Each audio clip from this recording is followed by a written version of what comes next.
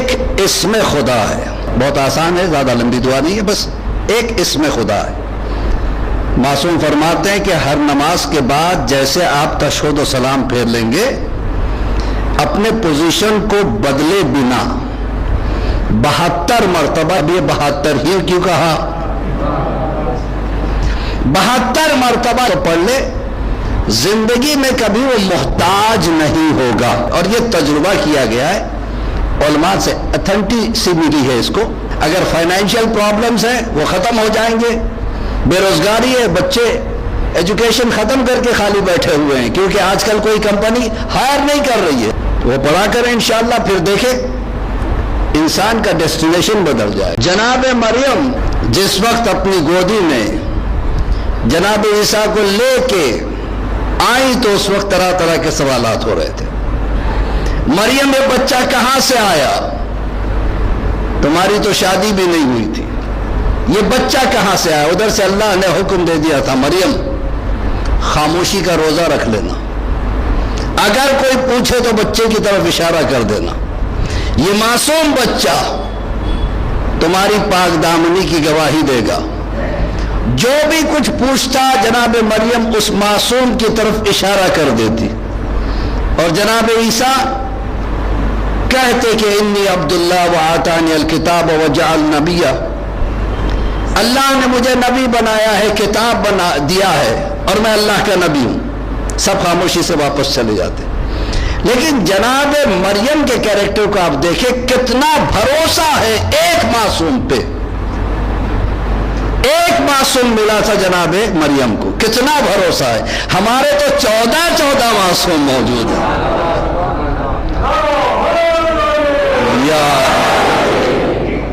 دیکھا آپ نے، تو ہمارے 14 معصوم ہیں ہمیں بچانے کے لیے، الحمدللہ۔ اور سب کے سب حجت خدا، سب کے سب حجت خدا۔ حجت خدا کسے کہتے ہیں؟ جو اپنی مثال نہیں رکھتا ہو کائنات میں، اسے حجت خدا کہتے ہیں، جسے مولا کائنات علی ابن ابی طالب علیہ الصلوۃ والسلام کہتے ہیں۔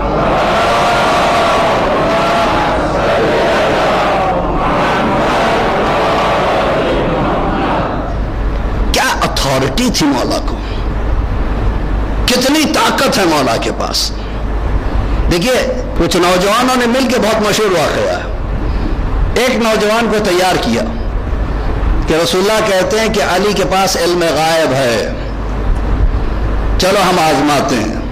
تو کیا کرنا ہے کہ ہم تجھے تابوت میں لٹائیں گے اور علی کے پاس لے جائیں گے، کہیں گے نماز جنازہ پڑھا دو۔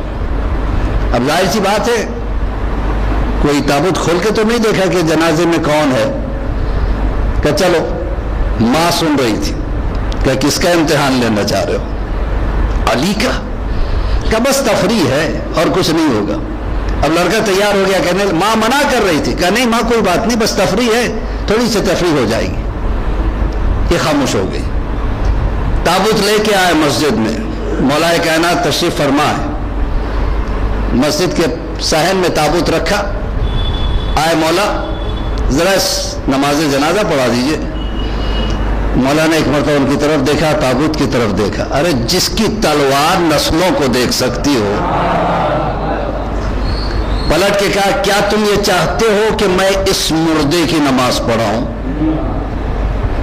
اس کی نہیں کہا، اس مردے کی نماز پڑھاؤں؟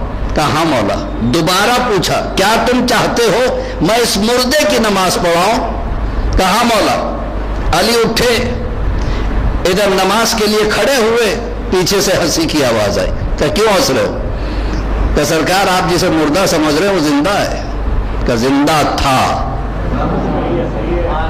جب میں نے کہا کیا میں اس مردے کی نماز پڑھاؤں تو مر گیا۔ کہ یہ کیسے ہو گیا؟ کہ دیکھو اگر زندہ ہوتا تو تمہاری ساتھ تمہارے ہنسی میں شریک ہوتا۔ اس کی خاموشی اس بات کی دلیل ہے۔ تو ایک لڑکا آگے بڑھا رہے، اٹھ، کہاں سے اٹھے گا؟ اب جو تابوت کھول کے دیکھا تو مر چکا تھا۔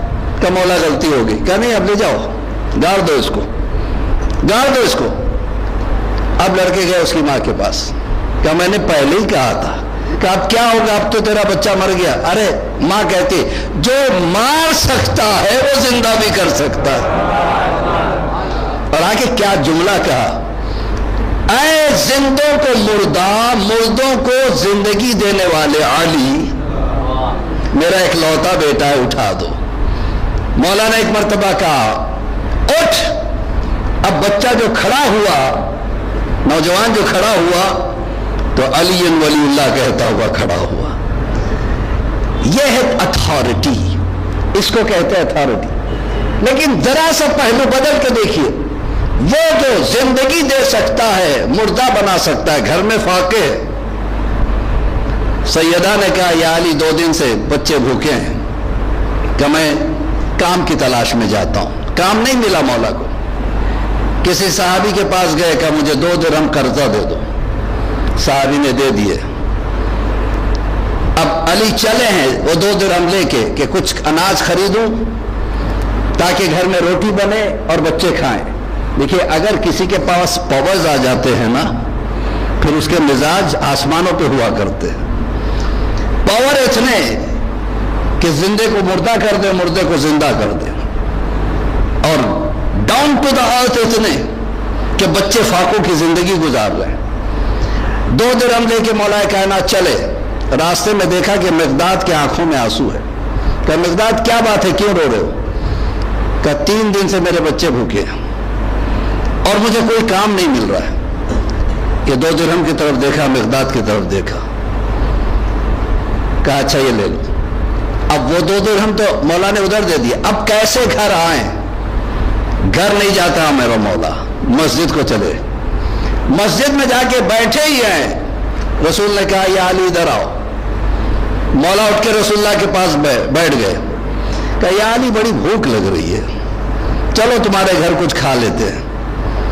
اب مولا کیا کہے؟ یہ نہیں کہا کہ مجھے آج 2 درہم ملے تھے مقداد کو دے کے آئے. اسے کہتے اتباع. کہا ٹھیک ہے سرکار چلیے بسم اللہ. ادھر سے رسول چلے اور علی چلے. جیسے گھر میں پہنچے کہا سیدہ آج آپ کے بابا آئے کھانا کھانے کے لیے. کہا کھانا تیار ہے. بہترین ڈش سامنے رکھی. کہ یہ آیا کہاں سے؟ کیا علی نہیں جانتے تھے؟ جانتے تھے، ہمارے لیے سوال کیا یہ آیا کہاں سے. جواب رسول دے رہے، وہ جو 2 درہم تو نے مقداد کو دیے تھے اللہ نے اس کے عوض میں یہ بھیجا ہے. کتنی اتھارٹی ہے. اسے کہتے حجت خدا. امام حسن مجتبی حجت خدا. حجت خدا وہ ہوتا ہے جو کہہ دے وہ ہو جائے، اسے حجت خدا کہتے. مولا حسن خطبہ دے رہے تھے، ایک شخص نے آ کے بدتمیزی کی تو مولا حسن نے بس اتنا کہا ہشت. عربی میں جانور کو بھگانے کے لیے ہشت کہا جاتا ہے. جیسے کہا ہشت وہ جانور بن گیا. کتنی طاقت زبان میں، کتنی طاقت. جانور بن گیا تو اب رونے لگا، فریاد کرنے لگا. اس کا بھائی برابر میں بیٹھا تھا کہ سرکار اس سے غلطی ہوگی اسے معاف کر دیجیے. کہ جا معاف کیا. ادھر کہا وہ پھر انسان بن گیا. اسے کہتے حجت خدا. جناب سیدہ دعوت آئی ہے شادی میں شریک ہونے کی. کہ شہزادی شادی میں آ جائیے. تو شہزادی کی آنکھوں میں آنسو آ گئے. رسول اللہ نے پوچھا کیا بات ہے بیٹی؟ کہ کیا بتاؤں بابا، میرے پاس کوئی ایسا لباس نہیں ہے جو شادی میں پہن کے جا سکوں. ملکائے کائنات ہے سیدہ، اس کے باوجود دیکھیے صبر و استقلال. اسے کہتے حجت خدا. صبر کتنا. کہ بابا میں جانتی ہوں کہ یہ لوگ مجھے احترام سے نہیں بلا رہے، یہ جو بلا رہے وہ یہودی ہے، میرا مذاق اڑانے کے لیے بلا رہے کیونکہ میرے پاس اچھے لباس نہیں ہے. ادھر گفتگو ہو رہی ہے، ادھر سے جنت سے جبرائیل لباس لے کے آ گئے کہ اللہ نے آپ کی بیٹی کے لیے لباس بھیجا ہے. جناب سیدہ نے اسے زیب تن کیا. شہزادی ادھر کی، لباس ادھر کا. ایسا نورانی چہرہ کہ ایک مرتبہ جیسے عورتوں میں پہنچی ہیں جناب شہزادی، 500 عورتیں تھی، سب کے سب غش کھا کے گر گئی. جو دلہن تھی وہ مر گئی. یہ بہت مشہور کہانی ہے. ہمارے بچپن میں ہمارے گھروں میں بزرگ عورتیں جو ہوتی تھی وہ کہانی مانتی تھی اور یہ کہانی پڑھتی تھی جب ان کی منتیں پوری ہوتی تھی. تو پتا چلا کہ معجزات کا پڑھنا بھی بہت زیادہ ثواب ہے. اب یہ ہوا کہ دلہن کو ہوش نہیں آیا، باقی سب ہوش میں آ گئی. جیسے ہوش میں آ گئی سب نے کہا کہ یہ کیا معاملہ ہو گیا، شادی کا گھر تھا میت کا گھر ہو گیا. جناب سیدہ نے جانماز بچھائی، 2 رکعت نماز حاجت پڑھی، ہاتھوں کو اٹھا کے کہا پالنے والے میری لاج رکھ لے ورنہ یہ لوگ مجھے تانے دیں گے، یہ ہمارے مسلمان نہیں ہیں. تو اتنے میں دلہن اٹھی کلمہ پڑھتی ہوئی. تو لوگوں نے پوچھا تم نے کلمہ کیوں پڑھ لیا؟ تو اس نے کہا کہ تمہیں نہیں پتا، جس وقت ملک الموت میری روح قبض کر کے 4تھے آسمان پہ پہنچے تھے میں نے ایک یاقوت کے تخت پر اسی شہزادی کو بیٹھے ہوئے دیکھا. حکم دیا ملک الموت رک جا، اسے واپس کر. تو دوسری عورتوں نے کہا بات سمجھ میں نہیں آئی، یہاں آپ دعا کر رہی ہو وہاں حکم دے رہی ہو. تو جناب سیدہ کہتی ہم وہ ہیں جو وہاں ہوتے ہیں تو نظام قدرت کو چلاتے ہیں، یہاں آتے ہیں تو اس کے سچے بندے بن کے دکھاتے ہیں. مطلب کیا ہے؟ اہل بیت کا کردار یہ بتاتا ہے چاہے طاقت آ جائے، چاہے قوت آ جائے، چاہے حکومت آ جائے، اخلاق میں فرق نہیں آنا چاہیے. جہاں اخلاق میں فرق آ جاتا ہے تو پھر وہی طاقت اس کی دشمن بن جاتی ہے، وہ لوگوں کا نقصان پہنچانے لگتا ہے. تو عزیزان محترم یہ ہے وہ گھرانہ، ایک سے بڑھ کر ایک سے بڑھ جسے بھی دیکھے. اور آج کی مخصوص تاریخ ہے، جناب اونا محمد کا ذکر ہوتا ہے، لیکن اونا محمد کے ذکر سے پہلے میں چاہتا ہوں کہ جناب عبداللہ ان کا ذکر بہت کم ہوتا ہے. اور بہت پہلے جب میں نے عشاء پڑھا تھا تو تب بھی میں نے جناب عبداللہ کے کچھ حالات بیان کیے تھے. جناب عبداللہ کون؟ جناب جعفر طیار کے فرزند عبداللہ ابن جعفر، مولا کائنات کے بھائی جناب جعفر، ان کے بیٹے کا نام ہے عبداللہ. اور جناب جعفر جناب ابو طالب کے فرزندوں میں سے وہ فرزند جس کے لیے رسول کہے اے جعفر اللہ تمہاری چند چیزوں کو بہت زیادہ پسند کرتا ہے، اس میں سے ایک چیز یہ ہے کہ تم بتوں کے سامنے سجدہ نہیں کرتے، دوسری چیز یہ کہ تم کبھی جھوٹ نہیں بولتے، تیسری چیز یہ تم کبھی حرام نہیں کرتے. اب یہ بھی بتا دو کہ یہ کیوں نہیں کرتے. تو جناب جعفر طیار نے مسکرا کے کہا میں اس لیے سجدہ نہیں کرتا بتوں کے سامنے کہ اس کو انسان خلق کرتا ہے اور انسان کو خدا کر ابھی اسلام کا اعلان نہیں ہوا ہے. ایمان جناب جعفر طیار کا کتنا تھا. دوسری چیز یہ ہے جھوٹ وہ بولتا ہے جو ڈرتا ہے، اور میں ابو طالب کا بیٹا ہوں اور علی کا بھائی ہوں. ایک بلند ترین صلوات پڑھے پر محمد اور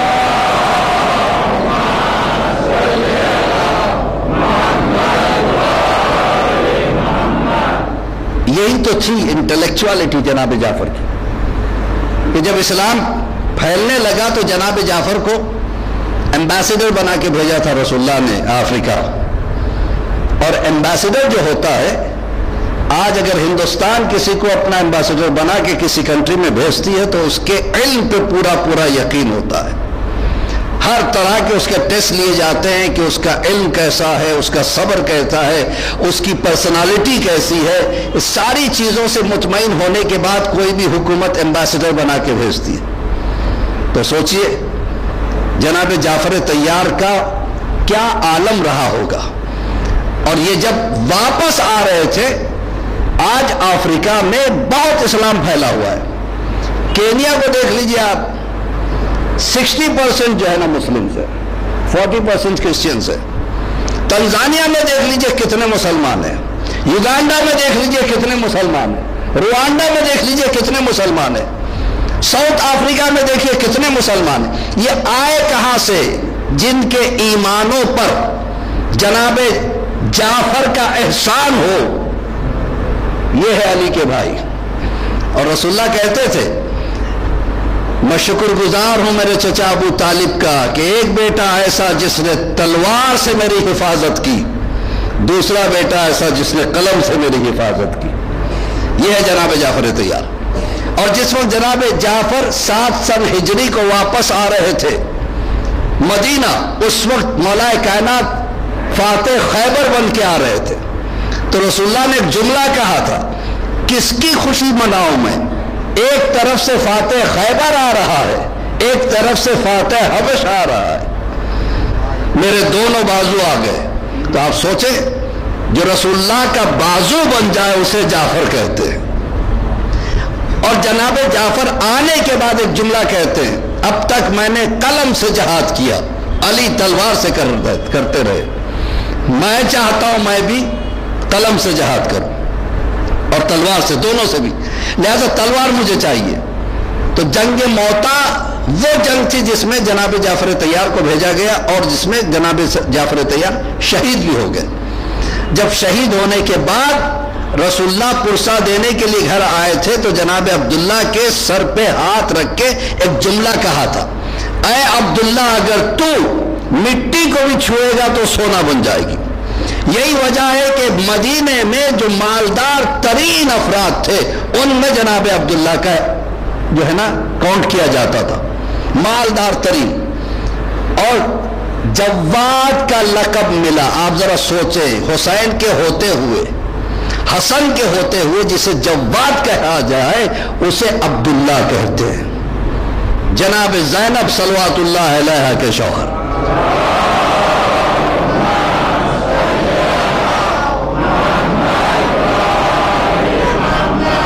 عبداللہ ابن جعفر، جناب عبداللہ بڑے سخی تھے۔ جب کوئی یہاں تک کہ جب یہ بزنس ٹور پر باہر جایا کرتے تو لوگ جو مدینے کے غریب تھے، ایسے کتنے گھرانے تھے مدینے میں جن کے گھر چولہا جلتا تھا تو جناب عبداللہ کی وجہ سے انہوں نے باقاعدہ وظیفے بنا رکھے تھے، ہر غریب کے لیے ان کے یہاں سے پیسہ جاتا تھا، ہر بیوہ کے لیے ان کے یہاں سے پیسہ جاتا تھا۔ اور جناب عبداللہ اتنے سخی تھے کہ جب یہ نہیں ہوا کرتے تھے تو لوگ قرضہ لیتے تھے تو کہتے تھے ابھی عبداللہ گاؤں میں نہیں ہے، شہر میں نہیں ہے، جب یہ واپس آ جائیں گے تو ان سے اتنا مل جاتا ہے کہ ہم مہینے بھر کا راشن بھی لا لیتے ہیں، قرضے بھی ادا ہو جاتے ہیں۔ یہ تھے جناب عبداللہ۔ اور جناب عبداللہ کے یہاں جب جناب زینب صلوات اللہ علیہا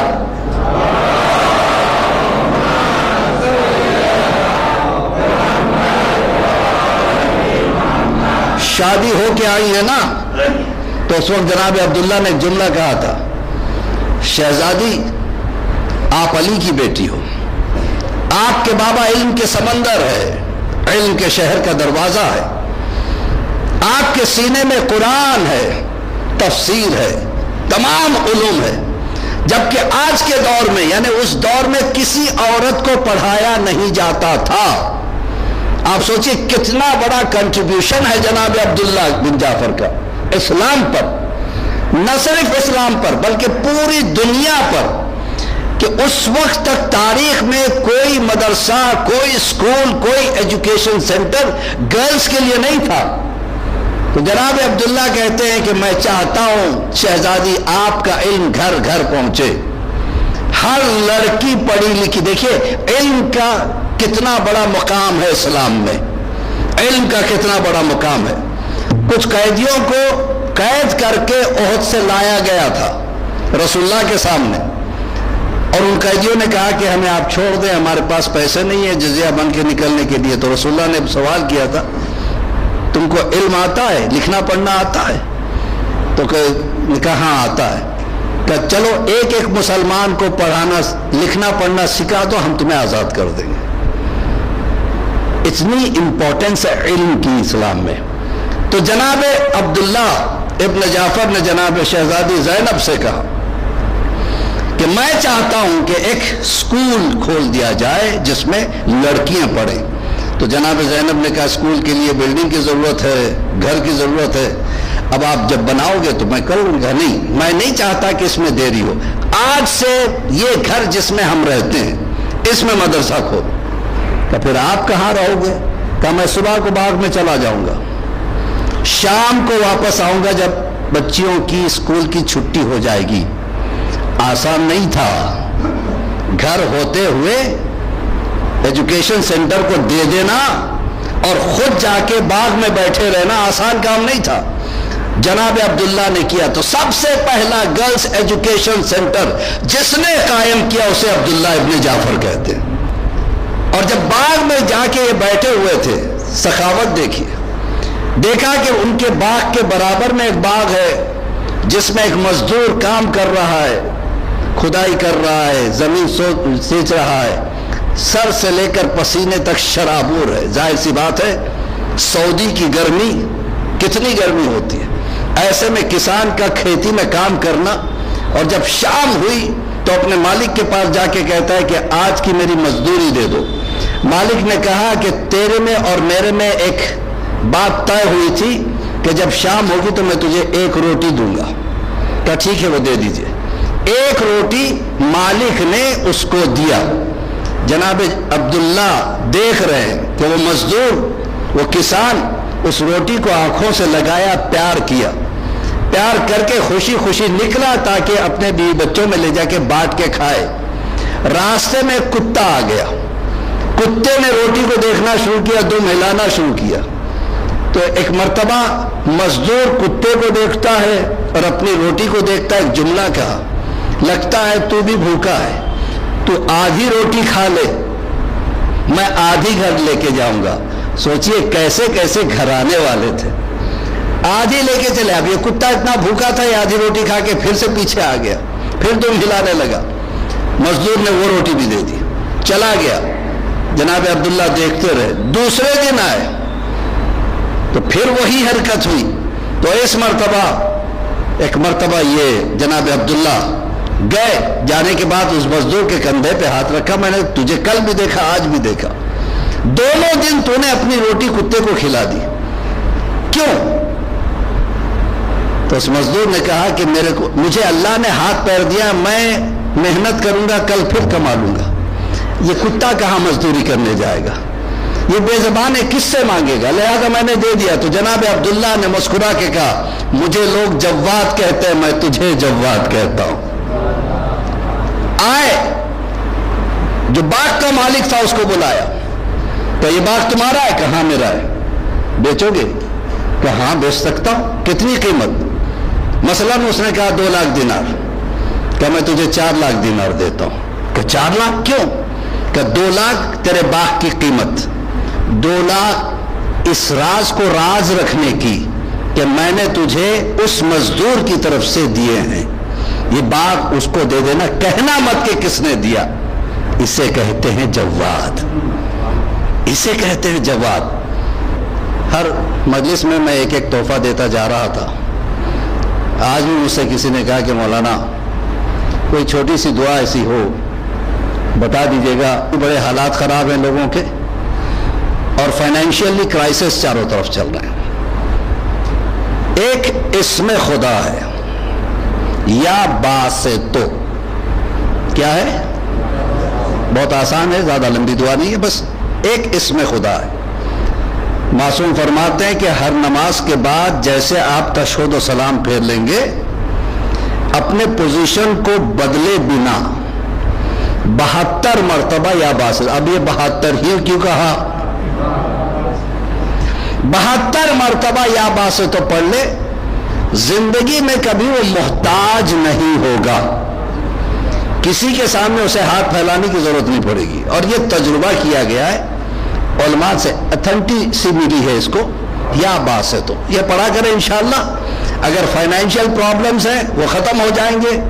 بے روزگاری ہے، بچے ایجوکیشن ختم کر کے خالی بیٹھے ہوئے ہیں کیونکہ آج کل کوئی کمپنی ہائر نہیں کر رہی ہے لاک ڈاؤن کی وجہ سے.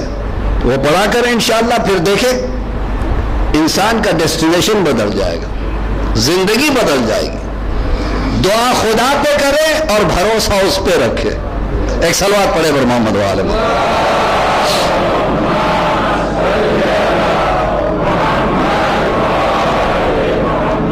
ہارون الرشید ایک مسجد بنا رہا تھا،